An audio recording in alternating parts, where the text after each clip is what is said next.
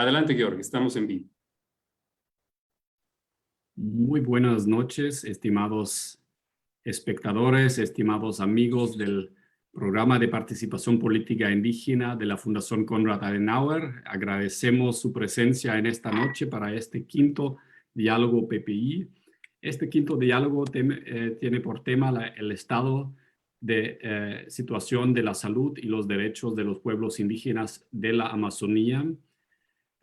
Eso es una temática muy vigente, lo hemos tocado en varias ocasiones y estoy muy feliz en esta noche de contar con tres destacados especialistas, nuestro moderador Dionisio García y nuestros amigos de Brasil, Tiago García, y de Bolivia, Cándido Pastor, que junto a nosotros nos van a exponer esta temática. Permítanme de brevemente introducir, para los que no conocen el Programa Regional de Participación Política Indígena, nuestro trabajo. El programa regional ya trabaja desde el 2006 en América Latina y básicamente en todo este tiempo hemos tratado de abordar la situación de la participación de los pueblos indígenas en un muy amplio sentido. Trabajamos no solamente sobre la participación política tradicional en los partidos, en las instituciones, sino justamente también pagamos muchísima atención a la situación, cómo se integran mecanismos de toma de decisión tradicionales a los pueblos, a los países de América Latina. Hacemos con mucha frecuencia también la comparación internacional y para mí es una gran felicidad que este plantel de esta noche muestre esta internacionalidad. Yo me conecto en este momento desde Alemania y bueno, tenemos nuestro amigo Dionisio que se conecta desde España y Brasil y Bolivia también presente en esta ocasión. Así que de verdad tenemos una amplísima gama regional. También el programa cubre con mucha frecuencia temáticas de la consulta previa y de los sistemas también del pluralismo jurídico, y en ese sentido siempre tratamos de abarcar la perspectiva indígena en nuestras ocasiones, en nuestros eventos también. Creo que la temática de esta noche, bueno, les comento que hemos hace poco publicado nuestro primer policy paper sobre el impacto del COVID-19 sobre los pueblos indígenas de América Latina, un estudio entre tres países, México, Panamá y Perú, que básicamente nos ha mostrado que la situación actual, esta situación que ya persiste por tanto tiempo, básicamente profundiza muchísimas de los problemas que tenemos cuando pensamos a la relación entre los estados y los pueblos indígenas en América Latina. Y en ese sentido tratamos de profundizar cada vez más y ser más analítico en este acertamiento. Y justamente para eso hemos invitado en esta noche nuestros dos panelistas, más nuestro moderador Dionisio García, que junto a nosotros nos van a permitir de profundizar esta temática en nuestro quinto diálogo PPI.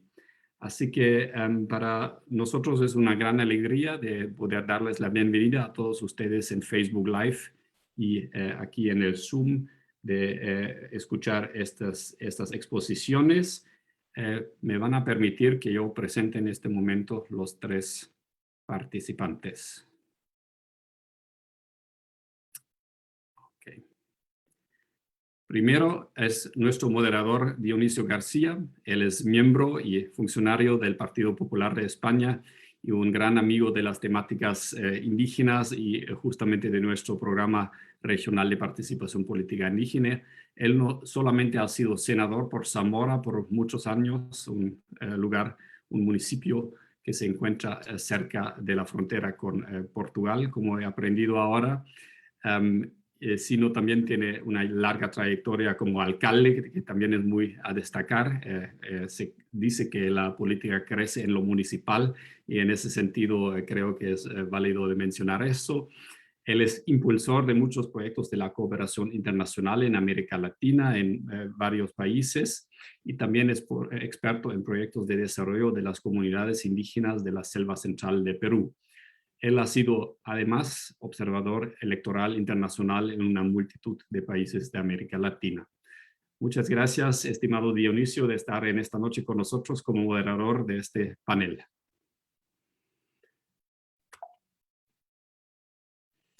Muchas gracias a ti, George, por tus amables palabras. Después, nuestro primer panelista es Cándido Pastor. Él es boliviano, es comunicador social, se encuentra en este momento en Cochabamba y es comunicador social con una maestría en gestión de política pública y tiene más de 20 años de experiencia trabajando en estrategias de sostenibilidad ambiental y social.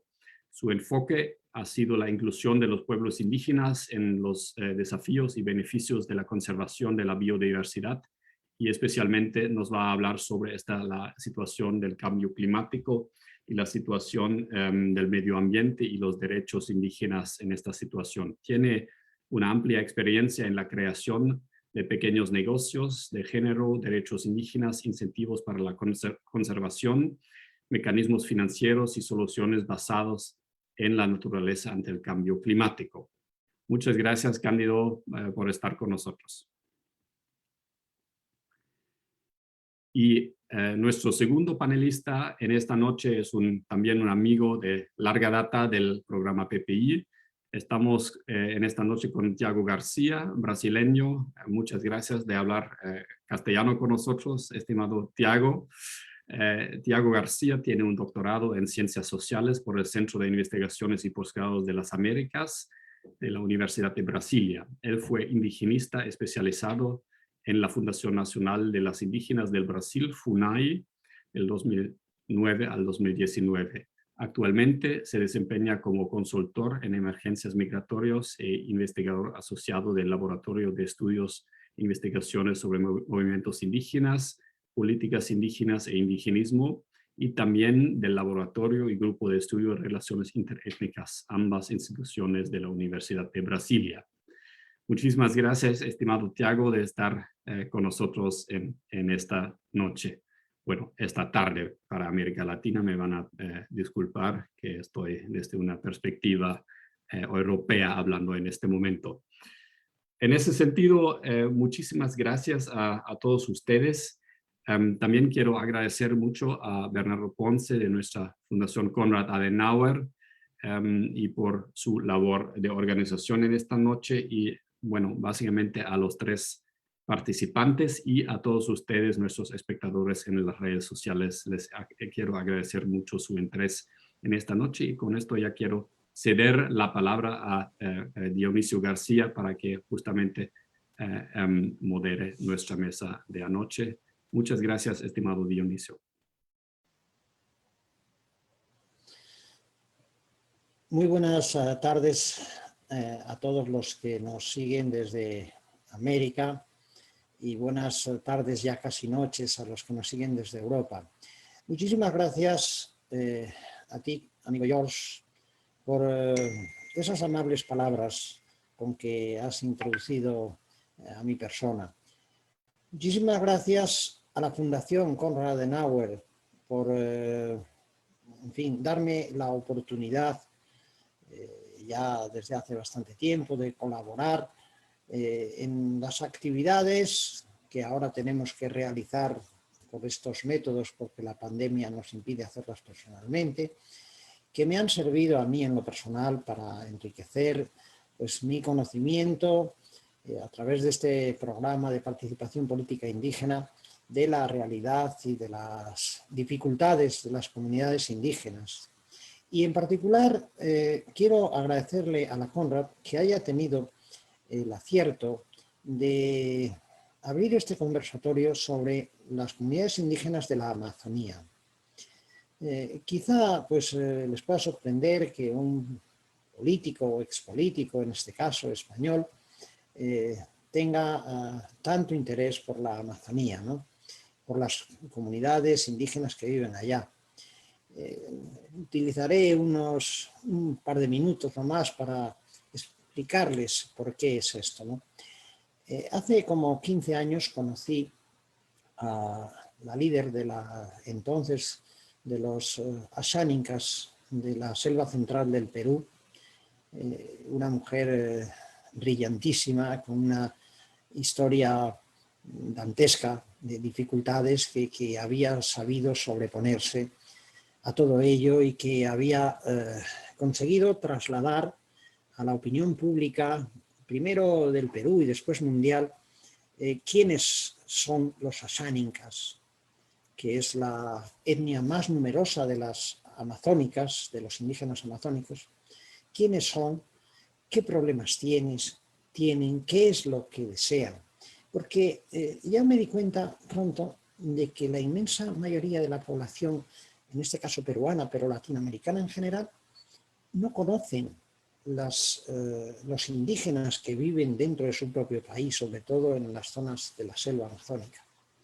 No saben quiénes son, ni qué historia tienen, ni cuáles son sus dificultades. Y en muchas ocasiones se terminan por hacer a la idea de que los indígenas son unos bárbaros que se oponen al progreso, que destruyen cualquier actividad y nada más lejos de la realidad. A través de aquella persona me introduje en este mundo indígena amazónico y tuve la suerte, la fortuna de conocer personas, de conocer lugares, de conocer culturas que nunca habría podido imaginar y que desde luego son impagables. Eso generó pues, en mí una vinculación que persiste todavía por todo la problemática de los indígenas y en particular de los indígenas de la Amazonía. Así que me parece que ha sido, en fin, un acierto como tantos otros del programa del PPI y de la Fundación Konrad Adenauer abrir este conversatorio. En el que, pues mire, estoy seguro que nuestros dos ponentes van a abordar aquellas dificultades que siguen teniendo las comunidades indígenas. Mire, por simplificarlo, para los indígenas de la Amazonía el Estado prácticamente no existe. La presencia del Estado casi no la conoce. Y cuando tienen conocimiento del mundo exterior, de las administraciones públicas o de las empresas privadas, casi siempre son para problemas de extracción de los recursos, de falta de respeto a su modo de vida, de invasión de sus tierras, en fin, que con toda razón existe históricamente un recelo en esas comunidades hacia la presencia del Estado, de la administración y del exterior. Porque lo único que han recibido a lo largo de los siglos, desde la época del caucho e incluso antes, pues son afrentas y destrucciones. Y ahora se abrió un periodo muy bueno de inclusión de leyes como el convenio 169 de la OIT, de respeto, de consulta previa antes de hacer actividades por ahí, pero que vemos, primero, la dificultad de implementarlo en algunos países y segundo, el incumplimiento reiterado en muchos de ellos. Pero en fin, ya he agotado estos minutos de introducción al interés y paso la palabra a Cándido Pastor, cuya figura ya ha sido resaltada por nuestro director George, y le doy la palabra para que él presente un enfoque de esta parte de las dificultades de las comunidades indígenas y de su relación con el medio ambiente e incluso pues, sus actuaciones en el cambio climático, que es una de las preocupaciones mayores hoy de la humanidad. Así que, sin más, Cándido, tienes la palabra por un tiempo de 15 minutos. Muchas gracias. ¿Se me escucha bien? Sí, sí. También quisiera... Se te escucha muy bien. Ok. Bueno, muchas gracias, Bernardo. Muchas gracias, Dionisio, Tiago, George, por organizar todo este diálogo y a la Fundación, por supuesto, Konrad Adenauer, por generar este espacio sobre temas indígenas. Yo le he titulado a esta mi presentación Derechos Indígenas contra el Cambio Climático, porque está comprobado en el planeta que las soluciones basadas en la naturaleza son al menos el 30% de la solución al cambio climático, ¿no? Entonces, ahí los territorios indígenas, en particular de la Amazonía, tienen un rol sumamente importante, un poco subvaluado, como decía Dionisio, pero también un rol de oportunidad. Y quiero mostrarles primero un mapa, caramba, aquí, un mapa que muestra cuál es el valor geográfico de los territorios indígenas. Si ustedes ven en el verde más oscuro, están las tierras indígenas de la Amazonía, que representan el 25 y 28% del total de la Amazonía. Dependiendo de la fuente, son territorios titulados. Los territorios no titulados o que tienen todavía no están reconocidos por los estados con un título ejecutorial podrían aumentar esta cifra. No sabemos exactamente cuánto, porque cuando empiezas una solicitud de titulación de territorio indígena, empiezas con un número grande y terminas con un número relativamente chico. Ustedes pueden ver, por ejemplo, en Surinam no hay un territorio indígena titulado, porque Surinam no reconoce las convenciones 169 y la Declaración de los Pueblos Indígenas de las Naciones Unidas, y por tanto tampoco tiene una ley que pueda titular tierras indígenas, aunque hay un borrador en marcha. A la anterior gestión el gobierno lo puso en la mesa y esta gestión está nuevamente en discusión en Surinam. Los demás países tienen diferentes niveles de reconocimiento de la titularidad de la tierra. Yo creo que Bolivia y Ecuador están constitucionalizados ese reconocimiento y los otros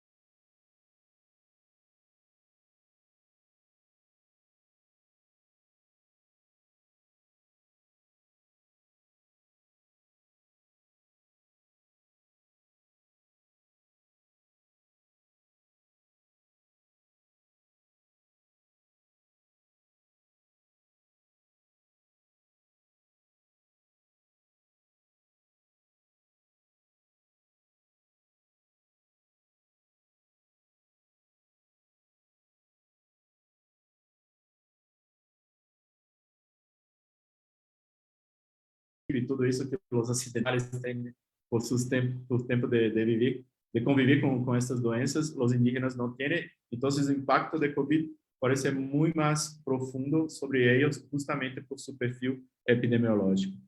Quinto ponto, são poucos serviços disponíveis destinados a promover a saúde mental e o manejo de estresse em las comunidades indígenas. Então, quando falamos de 1.000 indígenas muertos, o impacto é muito grande sobre as comunidades. Então, muito da gente maior, como os sábios e pessoas que deteniam todos os conhecimentos tradicionais e tudo isso, se perdeu com a pandemia, não? Com as mortes e tudo isso. Então, o impacto na saúde mental das comunidades, as perdas que eles têm, é também muito grande e não temos estratégias de trabalhar a questão da saúde mental e a experiência de duelo sobre os povos indígenas. E, además de isso, também por a questão de isolamento que ha sido necessário, de distanciamento social durante a pandemia, muitas vezes os indígenas estavam impossibilitados de sair de suas comunidades para fazer suas coisas que precisariam ser na cidade. E, por último, queria destacar a questão da falta de estratégias integradas efetivas que reúnam as instituições governamentais, as organizações da sociedade civil e as associações indígenas locais para fortalecer a capacidade das comunidades indígenas para aceder aos serviços de proteção de niños, niñas e adolescentes, saúde, água e saneamento, que respeitem os valores culturais, meio ambiente e os conhecimentos tradicionais. Então, o que vemos hoje é como uma desconstrução da política indigenista que temos com bases na Constituição Federal de 1988, desrespeito ao Convênio 169 da Organização Internacional do Trabalho, da Declaração da ONU sobre os Direitos dos Povos Indígenas e a falta de estratégias de trabalho conjunto entre as organizações, governos e outras instituições. Isso é problema no Brasil também porque vemos uma total falta de políticas para a participação política dos povos indígenas sobre seus assuntos e sobre a vida política do país. Então, hoje, depois de 30 anos, temos uma vez mais uma deputada indígena, mas estávamos há quase 30 anos sem nenhuma representação indígena em nosso legislativo, e isso também se passa com o executivo e também com o judiciário. Para encerrar, não sei se tenho ainda um pouquinho de tempo, queria falar muito rapidamente sobre as ameaças crescentes aos povos indígenas, seus direitos, sua saúde e seus territórios. Então, como bem falou nosso colega Cândido, as ameaças que já estavam em curso agora estão pior com a pandemia. Então, o governo nacional do Brasil está em constante ataque e ameaça aos povos indígenas, tanto por ações diretas, como também por suas omissões e pelo desmantelamento da política indigenista. Então, as omissões de não fazer operação para sacar os invasores dos territórios, as omissões por não ter saúde, não ter educação, não ter uma política de assistência social aos indígenas, também são ações do governo, né? Segundo o legislativo brasileiro, com dezenas de iniciativas contra os direitos indígenas, flexibilização da proteção territorial e facilitação da explotação econômica sem consulta prévia. Então, teremos como iniciativa de mineria em territórios indígenas, de extração violenta dos recursos naturais dos seus territórios, e todavia não há nenhum respeito à questão da consulta prévia sobre todos os assuntos que podem impactar os povos indígenas e que dizem respeito às suas vidas. Falta de diálogo e promoção da participação política indígena. Então, não temos participação e tampouco diálogo. Não toma em conta as visões de desenvolvimento dos povos indígenas. Então, estamos no momento em que as visões de desenvolvimento, de uso sustentável dos recursos naturais dos territórios, a autodeterminação não estão sendo levadas em conta por o governo nacional. E, por último, que é um tema que também tem relação com a pandemia, são as invasões permanentes dos territórios indígenas por atividades econômicas ilegais. Então, dê atenção como esta foto é um garimpo, uma mineria ilegal em um território Yanomami. Estão como mais de 20.000 mineiros, que chamamos garimpeiros aqui em território Yanomami, e eles levam também a doença, não é o objetivo que sigan con la doença, con COVID para los indígenas, pero sí los llevan y si no hay un control y barreras sanitarias, los indígenas sí van a tener la doença por parte de la minería o de otros invasores ilegales, sin contar toda la cuestión de la violencia, muertes y todos los ataques que los indígenas sufren en Yanomami, Munduruku, Kayapó, otros territorios que también siguen con invasiones permanentes y con el Estado no haciendo las operaciones para sacar a los invasores de los territorios. Y tengo una cosita más, solamente sobre la estrategia de los pueblos indígenas. Entonces, las organizaciones indígenas han tenido protagonismo para hacer frente a la pandemia. Entonces, crearon un Comité Nacional por la Vida y Memoria de los Pueblos Indígenas para monitorar la situación de COVID y producir información para estrategias de prevención y mitigación. También planes de enfrentamiento regionales da COVID con las organizaciones indígenas. Yo trabajé en uno de esos planes en Amazônia por UNICEF. Entonces, UNICEF ha apoyado a COIAB en un plan regional de prevención de la COVID. Entonces, pienso que la cuestión más importante es pensar que por bien, tenemos organizaciones que trabajan mucho aquí en Brasil para hacer frente a todos los retos y todos los ataques que ahora los indígenas están sufriendo aquí en Brasil. No quería estar muy pesimista, quería encerrar como algo más optimista para nuestro conservatorio de hoy. Entonces, si tengo algún optimismo, es justamente por el protagonismo de los pueblos indígenas y por apoyo que organizaciones también como a Konrad Adenauer y otras organizaciones hacen para que los pueblos indígenas tengan protagonismo y puedan trabajar por la autodeterminación de sus vidas y sus planes de futuro. Entonces, gracias, muchas gracias. Gracias a todos y ahora estoy atento a sus comentarios. Muchas gracias, Tiago. Muchas gracias por tu información, por lo bien que has comprimido lo esencial de los temas de salud, fundamentalmente, que afectan a las comunidades indígenas de la Amazonía. Ahora en el turno de palabra, previamente, nuestro director, el doctor George Dobner, había pedido la palabra y con sumo gusto se la paso. Cuando quieras, George. Muchísimas gracias, Dionisio. Muchísimas gracias a Cándido y a Tiago.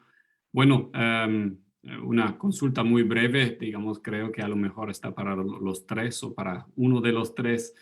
A mí me interesaría, nosotros presenciamos en este momento, como ustedes ambos han mencionado de nuestros expositores, que tenemos una tremenda falta de data, una tremenda falta de voluntad, una tremenda falta de presencia de los estados nacionales en estos territorios que justamente causa estos efectos nefastos en los pueblos indígenas, de los cuales ni siquiera tenemos mucho conocimiento.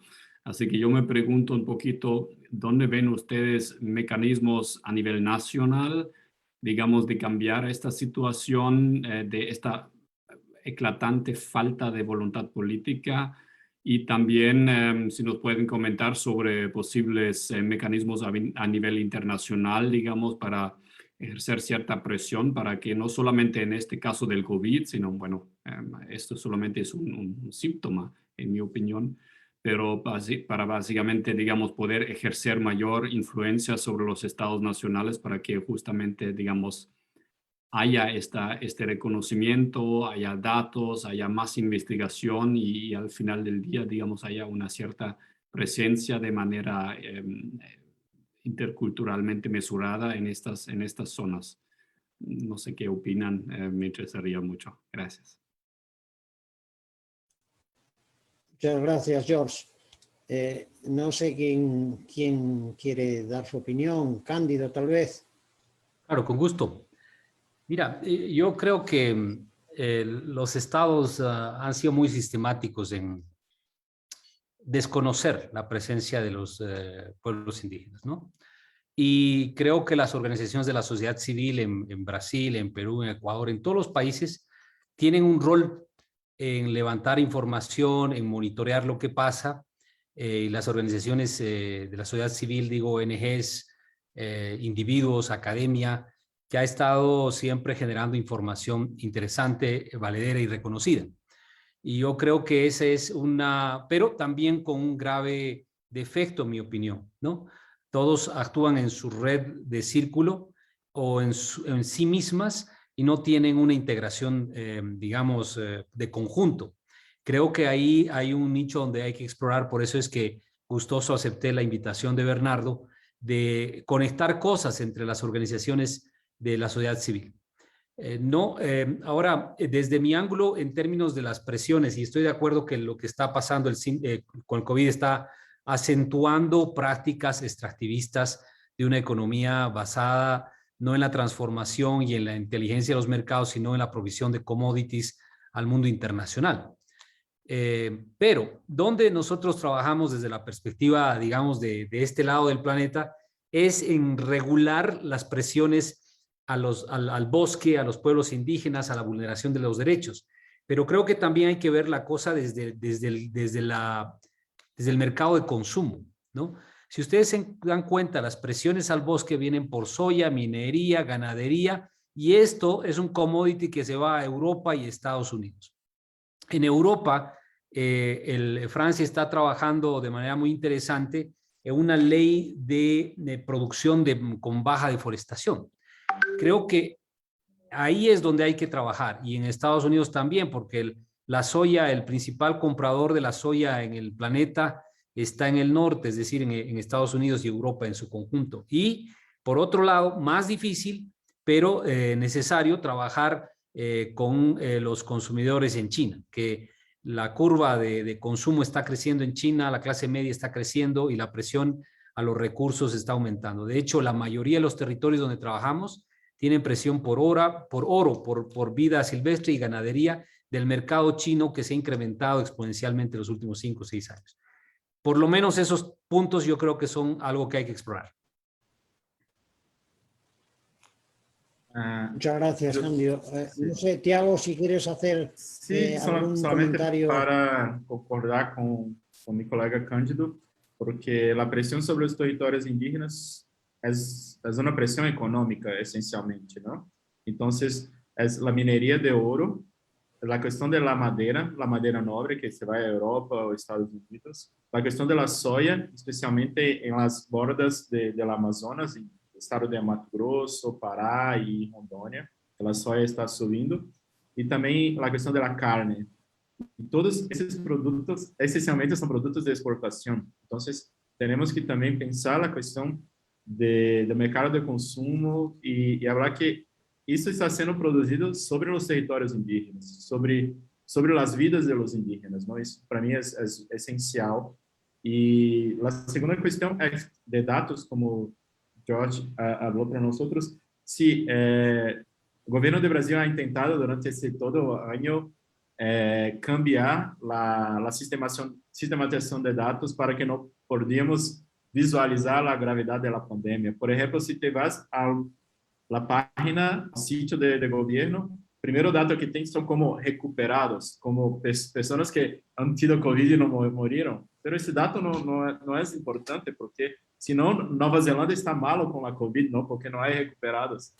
Y el dato es que si tenemos muchos recuperados, es que tenemos mucha gente de COVID. Pero el gobierno siempre intenta hacer como mudar, cambiar las cosas para ver que está trabajando bien y no es verdad.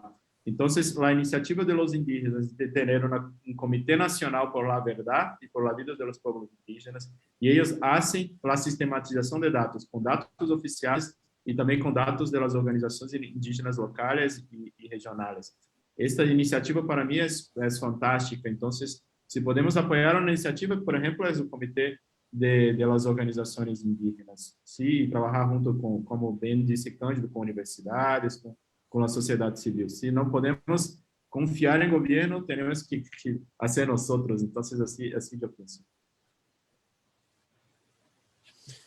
Muchas gracias, Tiago. Antes de pasar las preguntas que tenemos ya recogidas, de los participantes, me gustaría complementar a la sugerencia, a la pregunta que nos hacía George, un añadido a lo que han hecho Cándido y Tiago. Mire, yo creo que la legislación hay que hacer que se cumpla. Y para eso están los tribunales de justicia del país o de las cortes internacionales. Y hay ejemplos.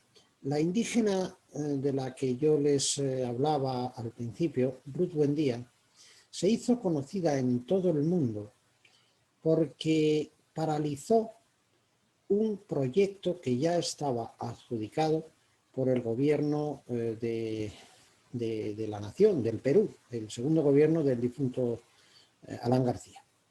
Y consiguió, después de la obra adjudicada a una empresa brasileira, por cierto, que no era Odebrecht, después de adjudicada la obra, que se paralizase. ¿Por qué? Porque acudió a los tribunales, y los tribunales del país no le dieron la razón, pero los tribunales de la Corte Interamericana de Derechos Humanos sí se la dieron, porque se había vulnerado el 169 de consulta previa. Es decir, no se había formulado la consulta previa para la aprobación y ejecución de ese proyecto. Y su insistente y su persistencia ante los tribunales de justicia le dio la razón y lo paralizó. De manera que, aunque hay muchas diferencias a veces entre, en fin, dificultades sobre todo, es necesario, yo creo también, animar a los dirigentes y a las organizaciones de los pueblos indígenas a que defiendan también sus derechos con los tribunales. Las leyes están para cumplirlas todos. Y yo creo que por muchas dificultades que siempre tienen, la ley, aunque lenta, pues termina dándole la razón al que la tiene. Y por lo tanto, yo creo que es bueno animarles y apoyarles, por supuesto, en la defensa de sus derechos que están legalmente reconocidos. Esto era lo que quería aportar por mi parte a esa pregunta que formulaba George. Y ya sin más vamos a pasar les voy a ir trasladando algunas de las preguntas que ya tenemos aquí. Pregunta Erika Castro desde Facebook. ¿Qué estrategias se vienen implementando para mejorar la gobernanza local de los pueblos indígenas, para mejorar la condición de no involucramiento de los gobiernos actuales en cada país? Asimismo, el no involucramiento en la toma de decisiones en la gestión, manejo, conservación y aprovechamiento sostenible de los recursos forestales y fauna silvestre. El reto de los países en poner en valor los conocimientos locales y la gobernanza local. Bueno, pues no sé quién desea, Tiago tal vez, contestar a esta pregunta de Erika sobre las estrategias que se vienen implementando para mejorar la gobernanza local.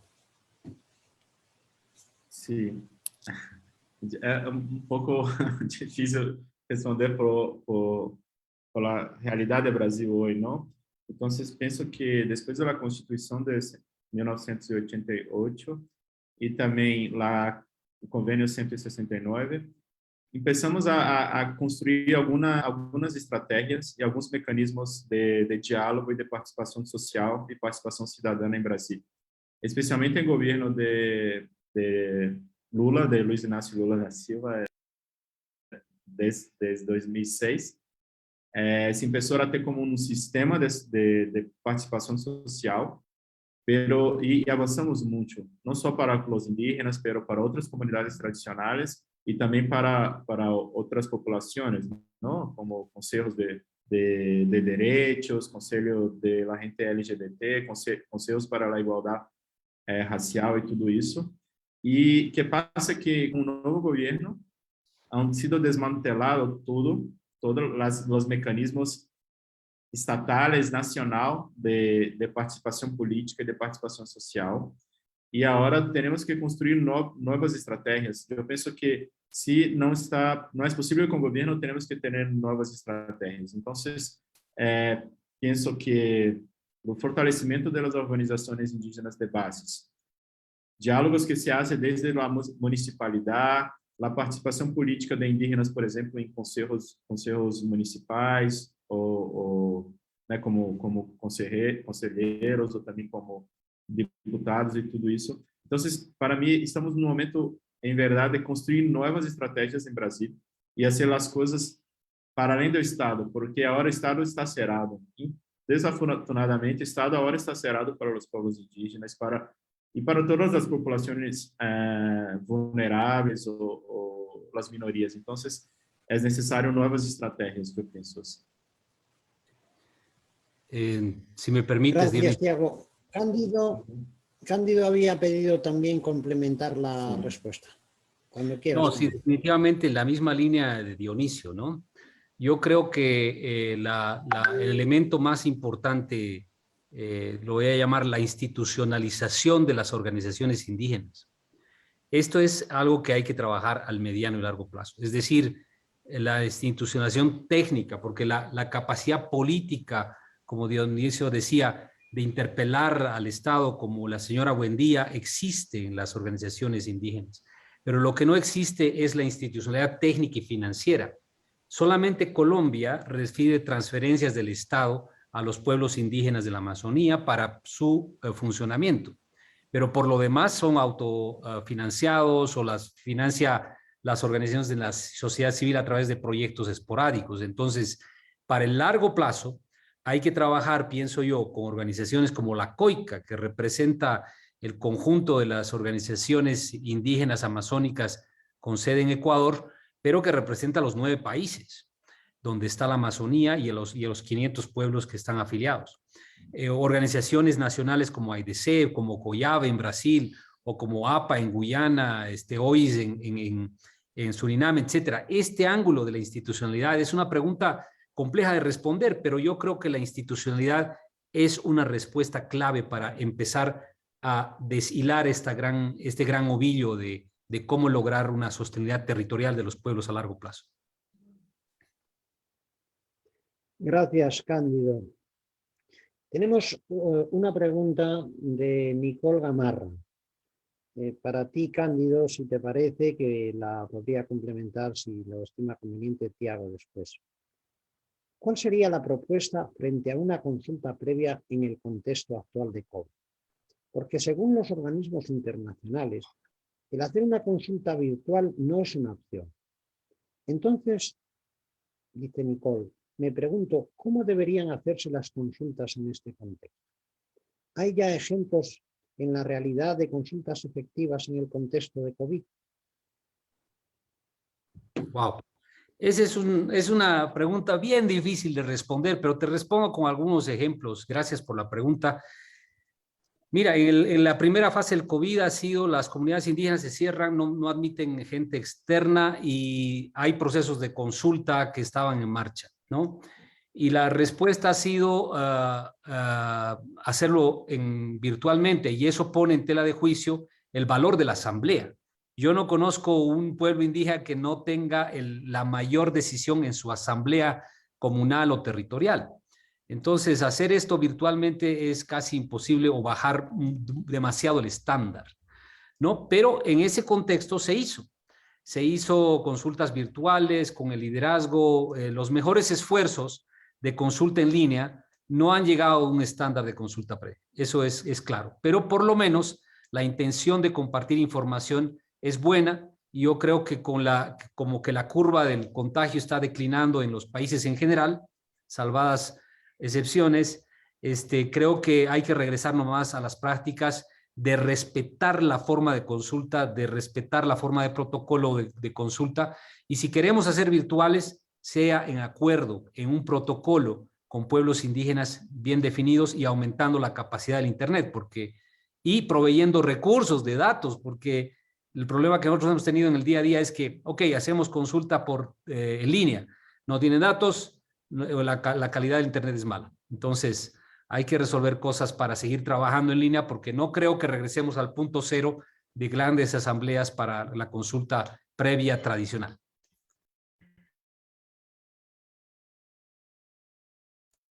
Muchas gracias. Tiago, ¿deseas añadir algo más? No, yo pienso que eso es muy importante. Entonces, en Latinoamérica tuvimos muchas iniciativas estatales de construir como mecanismos nacionales de consulta, reglamentos de consulta nacionales, y algunos países sí puderam avançar, otros no. No caso de Brasil, no tenemos un reglamento nacional. Entonces, un camino sí, respecto a los protocolos comunitarios de consulta. Y si ahora tenemos que hacer consultas, entonces vamos a consultarlos sobre sus protocolos diante de la cuestión de la COVID, ¿no? Entonces, estamos en COVID, vamos a preguntar, ¿qué hacemos? ¿Cómo vamos a hacer?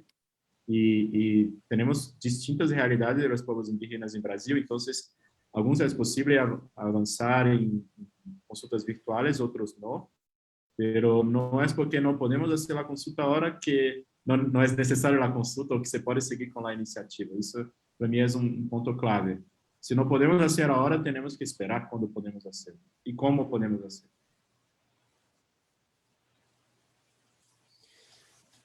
Muy bien, muchas gracias, Tiago. Bueno, hemos ya sobrepasado el tiempo previsto para estos diálogos, para este encuentro.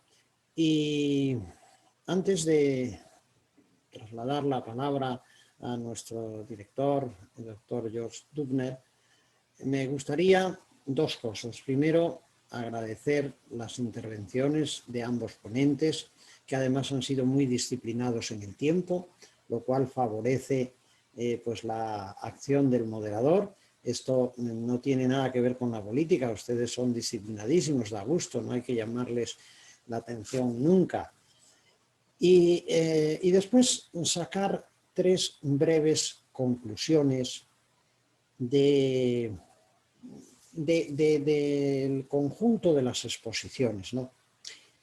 La primera es, yo creo que fue Cándido quien señaló la importancia que tiene las zonas verdes, las zonas amazónicas, en el mantenimiento de la lucha contra el cambio climático. Resaltó algo que ya es conocido, pero que es necesario señalar. Las zonas verdes son los pulmones del país, de la humanidad, y son esenciales y están reduciéndose de manera dramática. Y en la protección y conservación de esas zonas verdes, las comunidades amazónicas juegan un papel determinante, fundamental, no reconocido, al menos en lo que a incentivos y ayudas se refiere. Ni eso ni tampoco se le reconoce con los acuerdos de los protocolos de Kioto del CO2 absorbido y el CO2 consumido, donde las comunidades indígenas deberían ser perceptoras de cuantías económicas importantes y no lo son.